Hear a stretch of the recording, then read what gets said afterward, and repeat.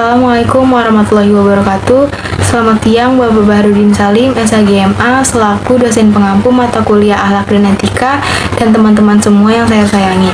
Kami dari kelompok 7 ingin mempresentasikan materi yang berjudul Sejarah Perdagangan Islam di Indonesia. Perkenalkan, nama saya Aulia Safitri dengan NPM 2023 14 500 786, dan teman saya. Nama saya Wulan Juliana dengan NPM 2023 14 500 773. Materi pertama yang akan saya bahas adalah pengaruh ekonomi dan budaya Indonesia karena perdagangan Islam.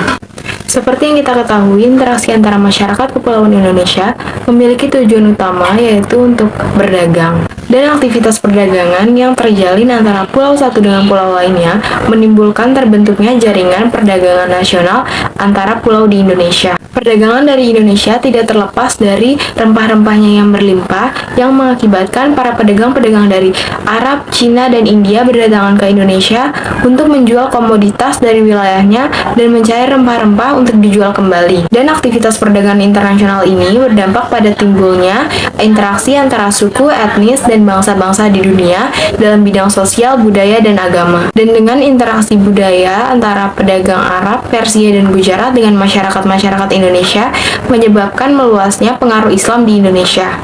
Maka dari itu, pemukiman Islam mulai bermunculan di kota-kota pelabuhan besar. Indonesia menjadi negara dengan populasi muslim terbesar, dan ekonomi halal di Indonesia memiliki potensi yang sangat besar menurut Menteri Keuangan. Menteri Keuangan melihat industri halal telah tumbuh positif di tengah-tengah tantangan global yang serius dan beragam.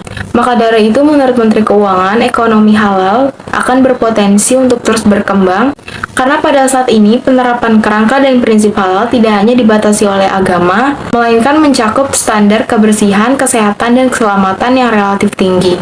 Selanjutnya, kebudayaan Indonesia merupakan puncak dari interaksi antara budaya lokal dengan budaya asing yang datang dari berbagai kawasan. Pengaruh budaya Cina memiliki pengaruh tersendiri terhadap budaya lokal, khususnya dalam bentuk makanan, pecah belah, dan arsitektur. Demikian juga budaya Hindu-Buddha yang memiliki pengaruh kuat dalam konversi agama dan menunjukkan manifestasinya dalam tulisan, keyakinan, ibadah, sastra, dan juga arsitektur. Setelah itu, Islam datang yang kemudian mengubah lanskap keagamaan yang menggantikan pengaruh Hindu-Buddha sebelumnya. Terjadi akulturasi budaya yang kemudian puncak hasilnya disebut sebagai budaya Indonesia. Oleh karena itu, akulturasi budaya jelas terjadi dan mustahil untuk menyebut budaya Indonesia selain paganisme, animisme, dan dinamisme. Dalam konteks Islam, akulturasi budaya telah sejak awal sejarah Indonesia yang diperkirakan masuk pada abad 8 Masehi. Dan dapat dipastikan bahwa para pedagang Arab memperkenalkan sesuatu yang asing termasuk agama. Materi selanjutnya yang akan saya sampaikan adalah peran perdagangan Muslim dalam menyebarkan agama Islam di Nusantara melalui jalur perdagangan. Seperti yang kita ketahui bahwa Islam merupakan salah satu agama yang terbesar di dunia, dan agama ini lahir dan berkembang di Arab. Dan sejarah telah mencatat bahwa kaum pedagang memegang peran penting dalam penyebaran agama dan kebudayaan Islam. Mereka datang untuk berdagang, namun dengan seiring berjalannya waktu juga menyampaikan dan mengajarkan ajaran Islam kepada masyarakat setempat. Dalam proses ini, pedagang Muslim tidak hanya berdagang, tetapi juga menggunakan kesempatan untuk menyebarkan agama Islam. Mereka berinteraksi dengan masyarakat setempat, bangsawan, dan juga raja, dan beberapa di antara mereka tertarik untuk belajar dan masuk ke dalam Islam. Dengan demikian, Islam berhasil menyebar ke seluruh pelosok Indonesia melalui jalur perdagangan. Wali Songo memiliki peran penting dalam mengembangkan perdagangan dan agama Islam sejak abad ke-15. Mereka berperan sebagai pengarah dan pengembang ajaran Islam, serta mendorong kebudayaan yang berkaitan dengan ajaran tersebut. Berikut adalah beberapa peran Wali Songo dalam mengembangkan perdagangan dan agama Islam di wilayah Nusantara. Yang pertama, ada pengembangan pendidikan. Wali Songo menyebarkan agama Islam melalui pendidikan yang merupakan salah satu cara yang paling efektif untuk mengembangkan agama. Mereka membangun pesantren dan madrasah yang menjadi tempat belajar bagi masyarakat dan para ulama. Yang kedua, pengembangan kesenian. Wali Songo menggunakan kesenian sebagai alat untuk mengembangkan ajaran Islam. Contohnya, Sunan Giri menggunakan seni kaligrafi, gamelan, dan wayang sebagai alat untuk mengajarkan ajaran Islam ke masyarakat. Yang ketiga, ada pengembangan perdagangan. Wali Songo menggunakan perdagangan sebagai alat untuk mengembangkan agama Islam. Contohnya, Sunan Gresik bekerja sebagai pedagang dan tabib yang membantu mengobati masyarakat secara gratis. Beliau juga mengajarkan cara bercocok tanam kepada masyarakat kelas bawah. Yang keempat, ada pengembangan infrastruktur. Wali Songo membangun infrastruktur seperti jalan-jalan penghubung antar wilayah yang mempermudah pergerakan masyarakat dan pengembangan ekonomi. Yang kelima, ada pengembangan hubungan internasional. Wali Songo memiliki hubungan internasional seperti Sunan Gresik yang berasal dari Persia. Mereka membantu mengembangkan hubungan internasional yang berkaitan dengan agama Islam, yang mempengaruhi pengembangan ekonomi dan politik di wilayah Nusantara. Dalam hal ini, Wali Songo berperan penting dalam mengembangkan perdagangan dan agama Islam di wilayah Nusantara. Mereka menggunakan berbagai strategi seperti pengembangan pendidikan, kesenian, perdagangan, infrastruktur, dan hubungan internasional untuk mengembangkan agama Islam dan mengarahkan kebudayaan yang berkaitan dengan ajaran tersebut. Perdagangan Islam beradaptasi dengan sistem perdagangan lokal Indonesia melalui berbagai cara. Islam datang ke Indonesia sejak abad ke-7 melalui para pedagang dan saudagar Muslim yang melakukan kontak perdagangan di wilayah Nusantara. Kedatangan Islam ini bersentuhan dengan budaya lokal dan membawa kepada perubahan dalam sistem perdagangan. Pada masa pendudukan Belanda, teori resepti menekan keberlakuan dan penerapan hukum Islam bagi Muslim Indonesia. Setelah independensi Indonesia, kemandirian religi memungkinkan kembali penerapan hukum Islam yang bercorak keindonesiaan, seperti Autonomy of Religious Court to Adjudicate Islamic Private Case and Islamic Law Compilation being used as referral. Islam bersifat universal dan memudahkan agama Islam untuk diterima di Indonesia. Peran raja dan politik kerajaan juga menjadi salah satu faktor paling berpengaruh dalam proses Islamisasi. Ketika kerajaan Aceh telah mendapatkan kedudukan Malaka, kota-kota pusat kerajaan Islam akan menampilkan tokoh-tokoh profesional yang handal, tangguh, dan bebas. Globalisasi juga menjadi sarana terbaik bagi umat Islam untuk memperkenalkan budaya dan ajaran Islam ke seluruh penjuru dunia. Islam menciptakan citra bahwa agama itu kuat, baik secara spiritual, ekonomi, politik, maupun militer. Keseluruhan ini menunjukkan bahwa perdagangan Islam beradaptasi dengan sistem perdagangan lokal di Indonesia melalui berkesinambungan dengan budaya lokal, peningkatan hukum, dan pengaruh globalisasi. Perkembangan Islam di Indonesia juga dipengaruhi oleh kerajaan-kerajaan yang tumbuh di Indonesia, seperti Kerajaan Samudra Pasai dan Perlak, serta oleh interaksi dengan umat agama lain di Indonesia. Sejarah perdagangan Islam di Indonesia mencerminkan peran penting Islam dan membentuk budaya, ekonomi, dan sosial di wilayah ini. Perdagangan ini membawa pengaruh keagamaan, budaya, dan teknologi, memperkaya keragaman Indonesia, dan menciptakan jaringan perdagangan yang luas di seluruh Nusantara. Sekian presentasi dari kami, kelompok 8, kurang lebihnya mohon maaf. Wassalamualaikum warahmatullahi wabarakatuh. Baik teman-teman, karena 8 menit sudah berlalu, kami akan melakukan sesi tanya jawab. Apakah ada yang mau bertanya?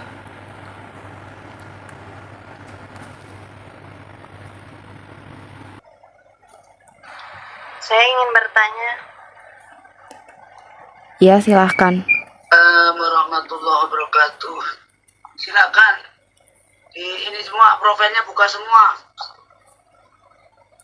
Jadi biar seperti tatap muka di kelas ya. Ya kan? Pertanyaan bisa ditulis juga di grup WA, sambil disampaikan di Google Meet.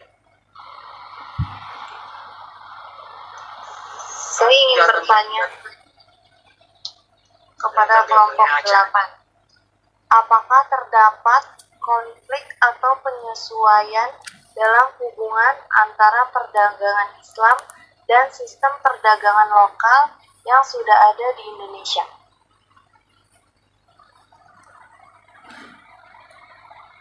Baik, terima kasih Tiwi. Sama-sama. Selanjutnya yang ingin bertanya? Ya, tulis ditulis ya di grup WA juga ya pertanyaannya. Saya ingin bertanya, Ya, Fahira silakan. saya Fahira Maharani dari kelompok 2. Pertanyaan dari saya, bagaimana pengaruh peran perdagangan dan agama Islam oleh Wali Songo terhadap perkembangan ekonomi dan kehidupan sosial masyarakat di Indonesia di wilayah Nusantara?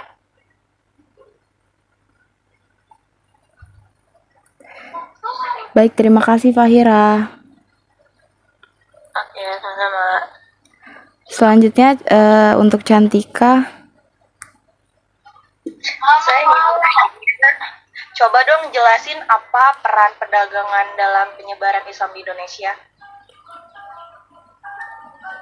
Oke, baik. Terima kasih Cantika atas pertanyaannya.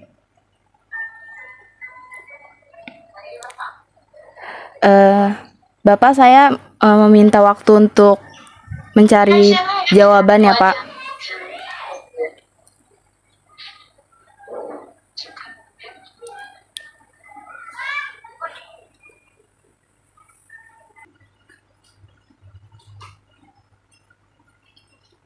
Saya akan menjawab pertanyaan dari Cantika, yaitu apa peran perdagangan dalam penyebaran Islam di Indonesia. Perdagangan memainkan peran penting dalam penyebaran Islam di Indonesia melalui beberapa cara. Yang pertama ada jalur perdagangan.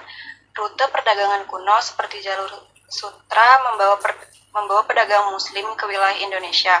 Mereka membawa ajaran Islam bersama dengan barang dagangan mereka sehingga membuka peluang penyebaran agama. Yang kedua, hubungan antar budaya. Melalui perdagangan terjalin hubungan antar budaya antar pedagang muslim dan masyarakat lokal. Interaksi ini memungkinkan pertukaran budaya termasuk ajaran agama yang memfasilitasi penyebaran Islam di antara masyarakat setempat. Yang ketiga, pembentukan komunitas muslim. Perdagangan muslim yang menetap di wilayah Indonesia membangun komunitas-komunitas mereka sendiri.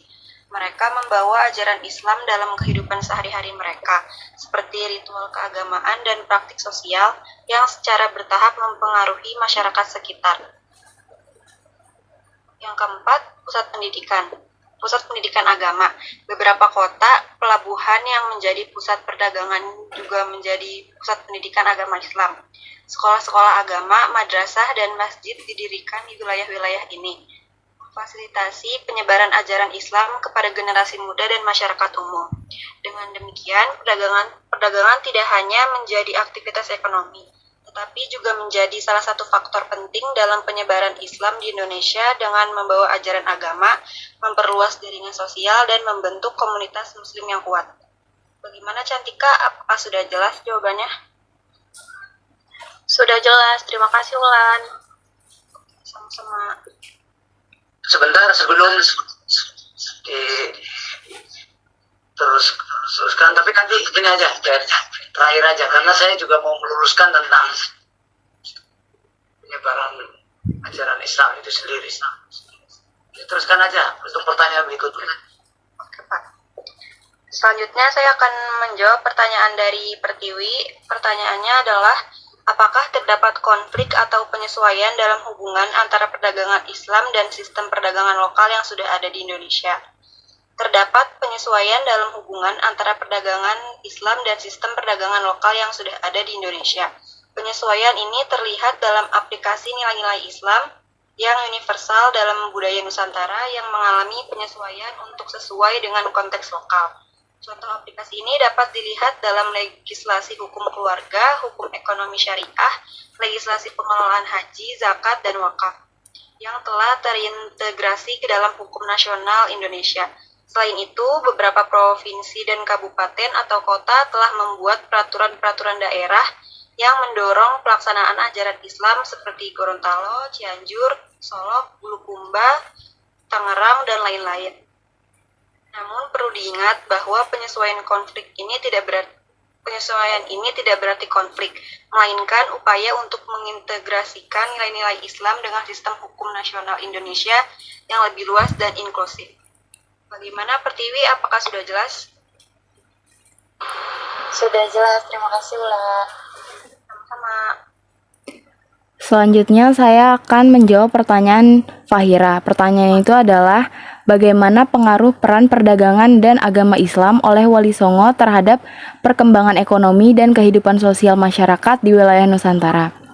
Jawabannya adalah peran perdagangan dan agama Islam oleh Wali Songo terhadap perkembangan ekonomi dan kehidupan sosial masyarakat di wilayah Nusantara adalah sangat signifikan. Mereka menggunakan perdagangan sebagai sarana untuk berdakwah dan mengenalkan ajaran Islam, serta mengembangkan budaya dan seni lokal yang membantu dalam meningkatkan kesadaran masyarakat tentang agama Islam.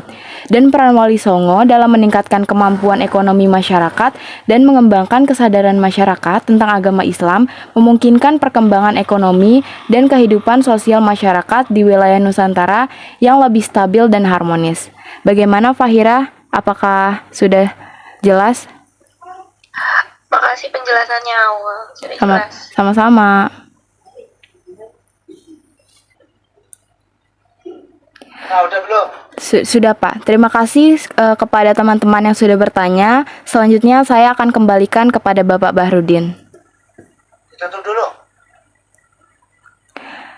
Sekian dari kelompok kami, kelompok 8, kurang lebihnya mohon maaf. Wassalamualaikum warahmatullahi wabarakatuh. Waalaikumsalam. Waalaikumsalam warahmatullahi wabarakatuh. Pertama yang harus Anda pahami bahwa ada kenyataan sejarah yang tidak bisa ditolak, bahwa mereka para aulia, para wali itu, terutama yang berasal dari atau keturunan dari negara lain, masuk mungkin Syekh Syarif Hidayatullah ya, memang ibunya dari Nusantara, kan bapaknya itu dari negeri lain, Mesir atau mana, Syekh Hidayatullah itu. Setelah terlahir, Syekh Hidayatullah bukan ke Nusantara, bukan untuk dagang, memang sengaja diutus untuk bagaimana menyebarkan ajaran Islam. Ini kenyataan sejarah yang untuk juga menolak bahwa hal yang utama dan menjadi basis penyebaran ajaran Islam adalah perdagangan. Kenyataan sejarah ini menolak itu. Lagi ada kenyataan sejarah yang begitu banyak, di mana kita pertama misalnya awal-awal tuh ada juga yang diutus dari Turki, bukan untuk dagang, untuk menyebarkan ajaran Islam. Masih banyak hutan, masih banyak di Nusantara itu. Tapi rombongan pertama itu mati semua itu di Dieng itu, tahu Dieng, Wonosobo. Mati semua itu dimakan sama orang hutan. Semua orang di situ. Mati semua itu. Kayak di situ banyak para wali itu di Dieng. Itu rombongan pertama mati semua. Nggak ada yang sanggup lawan itu. Ya, dulunya kan animisme, dinamisme. Tapi rombongan yang kedua itu mulai itu dari Syekh Subakir itu yang di Magelang tuh. Lawannya Semar. Syekh Subakir ini kerjanya cuma baca Quran terus ngadep munajat sama Allah. Hanya diutus sama raja untuk ke Nusantara untuk menaklukkan tadi. Akhirnya Semar bisa ditaklukkan. Tapi akhirnya bisa ditaklukkan, sudah lemah, tapi kemudian tidak dimusnahkan.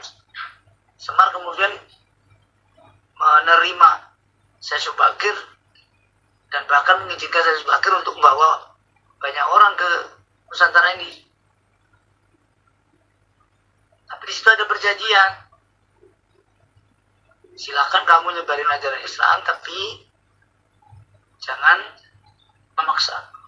Nah, jadi kalau hari ini ada orang-orang kita yang kemudian menyebarkan ajaran Islam dengan cara memaksa, atau ada juga yang beragama lain menyebarkan Islam dengan cara maksa, ini jelas-jelas ahistoris, sangat bertentangan karena kita punya perjanjian untuk itu, perjanjian sejarah untuk itu. Di hari ini kalau ada peristiwa-peristiwa ketegangan di antara umat Islam sama umat yang lain dan seterusnya, seperti yang kemarin di Unpam ya, Rosario, sebenarnya ahistoris dengan cara-cara memaksa secara halus misalnya begitu, ahistoris sekali. Yang memaksa itu kan macam-macam bentuknya, memaksa ditekan ekonominya terus dikasih tawaran ekonomi, itu kan memaksa juga. Ini ahistoris. Karena di sana sebenarnya antara Semar dan Sesulakir punya perjanjian. Kata Semar, silakan sebarkan ajaran Islam, tapi jangan maksa. Berarti ini kan juga berlaku untuk yang lain. Memaksa dalam segala bentuk. Nah, itu saya kira yang kita harus paham betul secara itu. Tapi bahwa kenyataannya juga penyebaran ajaran Islam ini juga ditopang dengan ekonomi, kegiatan ekonomi ya. Karena kita tahu juga misalnya seperti Sunan Gresik itu kan ngajarin tentang pertanian, cara bercocok tanam. Sunan Bonang juga ngajarin bagaimana bikin terasi dari udang. Jadi banyak sekali. Ya tadi pemberdayaan produk-produk lokal dilakukan oleh para aulia. Jadi kita tidak bisa menampik bahwa kekuatan kita dalam hal penyebaran Islam dan sebagainya itu ditopang dengan ekonomi, tapi itu kemudian tidak menunjukkan bahwa basis penyebaran Islam itu adalah perdagangan. Ini yang harus dipahami oleh kita.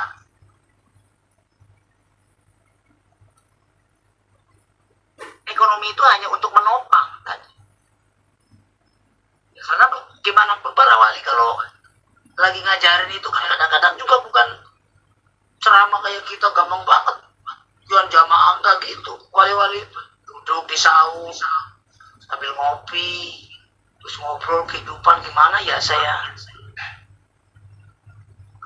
anak saya belum makan ya, wali-wali ini kan kadang-kadang juga ada banyak pemberian dari yang lain-lain, kasih bukan dikumpulin untuk diri sendiri. Makanya Sunan Derajat bilang, kamu kalau wasiatnya kalau dia nggak punya pakaian kasih pakaian, dia lapar ya kasih makan, dia buta ya kasih teken. Sunan Gunung Jati juga begitu.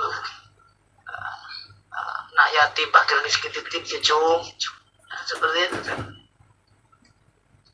Ada misalnya Sunan Kudus, Gus Cigang, dagang, sama ngaji, ini penting. Kamu lihat coba di makam-makam para wali itu kan, di situ ada makam, di situ ada ekonomi kerakyatan kan. Ada yang jual baju, ada yang jual topi, ada yang jual macam-macam, ada jual makanan begini. Ekonomi kerakyatan luar biasa. Mereka sudah meninggal tapi kan membawa manfaat. Sampai-sampai kemudian orang berkunjung dari luar negeri, ya akhirnya ada hotel, ada penginapan, ada toilet, macam-macam jasa-jasa itu. Mereka sudah meninggal tapi memberikan punya magnet untuk orang datang, sehingga kemudian memunculkan potensi ekonomi kerakyatan yang luar biasa. Tinggal didukung dengan teknologi digital aja itu sebenarnya. Indonesia akan sangat kuat.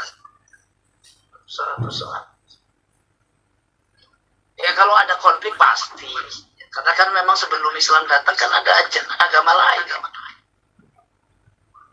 Ada agama lain pasti ada konflik. Konfliknya ya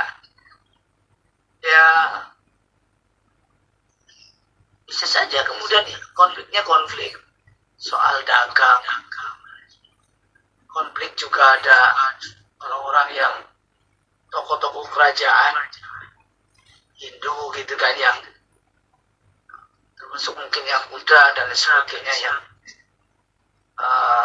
tidak terima konflik-konflik itu. Tapi berkat memang kesabaran dari para wali itu, dari penyebaran ajaran dan pemaafan juga, akhirnya mereka termasuk semangatnya mereka tunduk dan menghormat. Ya, misalnya di Kudus saja kan, ketika Idul Adha itu Sunan Kudus itu bilang, udah kalau korban nggak usah korban sapi aja. Bukan Sunan Kudus mengharamkan itu, tapi menghormati kelompok yang lain yang mengkultuskan sapi itu. Paham ya? Jadi itu begitu luasnya, begitu tolerannya, begitu sabarnya mereka, sehingga umat Islam yang dulunya minoritas jadi mayoritas loh.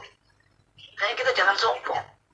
Sudah susah payah para wali untuk bagaimana menjadikan Indonesia ini mayoritas.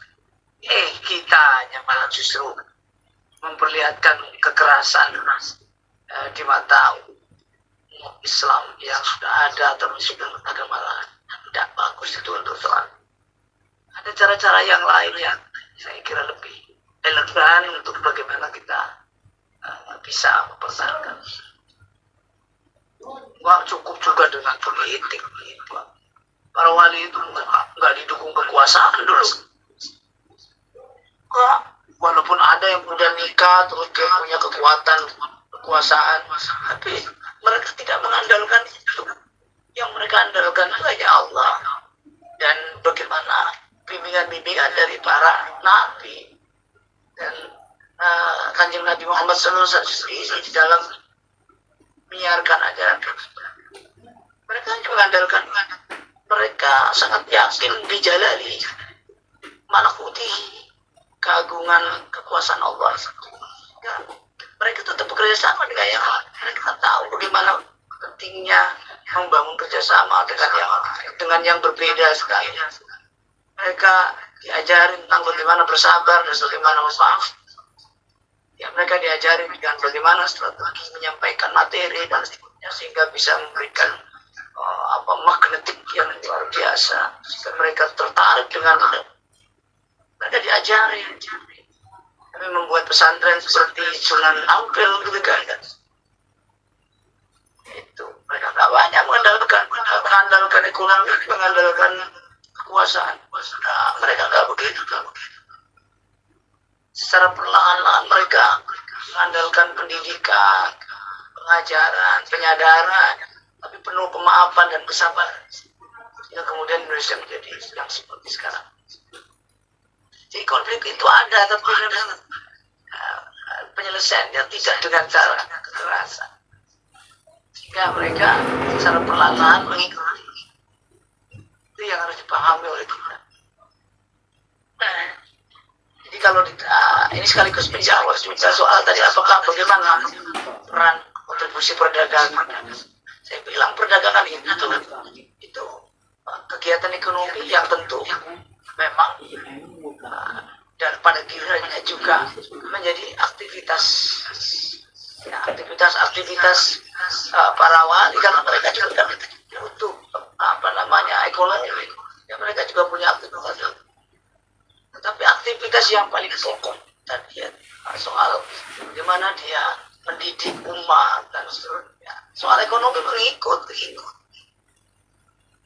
Bukan tidak butuh ekonomi untuk menopang perjuangan mereka. Tapi mereka juga tidak mengandalkan ekonomi sebagai satu-satunya cara. Jadi mereka hanya mengandalkan Allah dan Rasulnya. Sehingga kemudian, kamu sana pergi ke laut, ikan, sana pergi ke sawah, bertani, ajarin itu cara bercocok tanam, ajarin.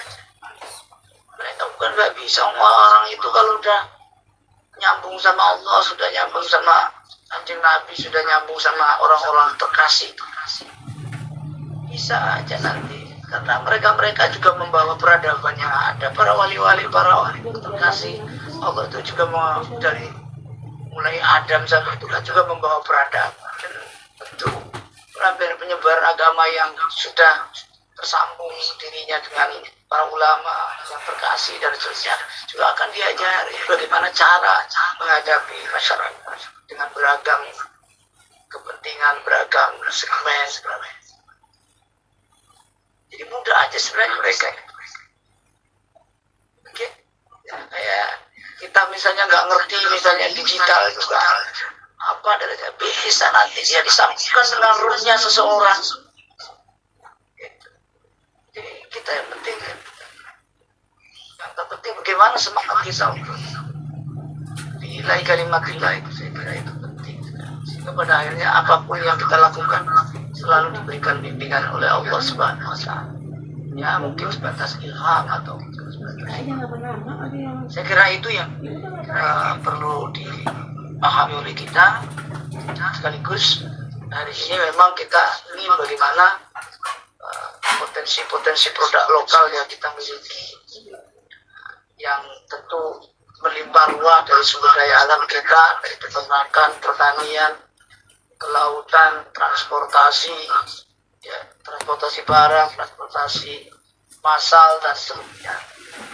Ya, didukung dengan sumber daya manusia yang punya kreativitas dan inovasi. Ya, diharapkan kita bisa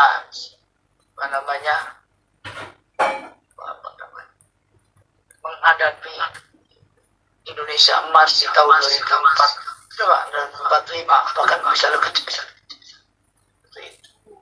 Saya kira itu yang bisa saya sampaikan.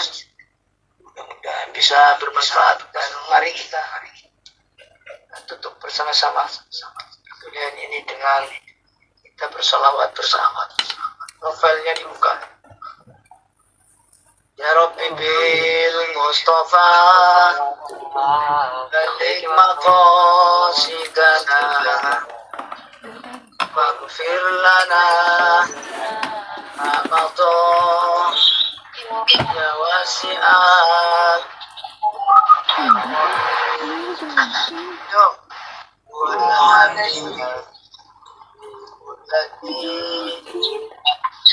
ya sabar بكل يوم أول الموت مولاي صل وسلم دائما أبدا على حبيبك خير الخلق كلهم. Saya jelaskan bahwa kita harus tahu tentang potensi diri kita, termasuk potensi ekonomi kita, potensi perdagangan kita. Kita kaya dengan sumber daya alam, tapi bukan berarti kita bergantung pada sumber daya alam. Kita tentu harus meningkatkan kualitas sumber daya manusia. Pada akhirnya kita merajai, ekonomi kita merajai dunia, bahkan misalnya Nusantara. Kita tahu alhamdulillah sisi infrastruktur ya, mudah-mudahan tidak terjadi banyak bencana. Kita lebih daripada negara-negara Asia Tenggara di depan dan lebih bagus lagi. Tapi asalkan tadi semua itu juga didukung dengan pengembangan sumber daya manusia yang kualitas, bukan hanya secara intelektual tapi juga secara rohani. Dan di era digital ini ya tadi ada beberapa 4 langkah yang tadi sudah diusulkan oleh IDEF. Mudah-mudahan itu dilakukan oleh kita semua dan semua. Terima kasih. Dan jangan lupa ya kita ada rempah-rempah, ada apa ya, ada tembakau gitu loh. Waktu saya di Bangkalan Madura bilang, jika ada orang pengusaha dari luar negeri, saya mau bisnis apa ya? Sudah jualan rokok tapi asal tembakonya dari Madura, ntar dijual muter ke seluruh Nusantara, pesantren. Artinya apa? Siapapun berinvestasi sebenarnya silakan, tapi asalkan bahannya dari sini dan diutamakan distribusinya untuk Nusantara. Nah itu keluar tuh bagus. Orang-orang dulu itu kan luar biasa. Terima kasih. Billahi taufiq wal hidayah wal afiyah. Assalamualaikum warahmatullahi wabarakatuh. Waalaikumsalam warahmatullahi wabarakatuh. Ini marhaban perjanjiannya sudah banyak yang gak pada ikut, gimana sih? Tetap ya Yunita Putri Gojali dicek ya satu persatu. Ya Pak. Dan ya absen siapa yang ikut tapi nggak aktif, baca ada hasilnya atau nggak jawab salam. Jadi nanti saya akan minta saya laporan. Silakan boleh.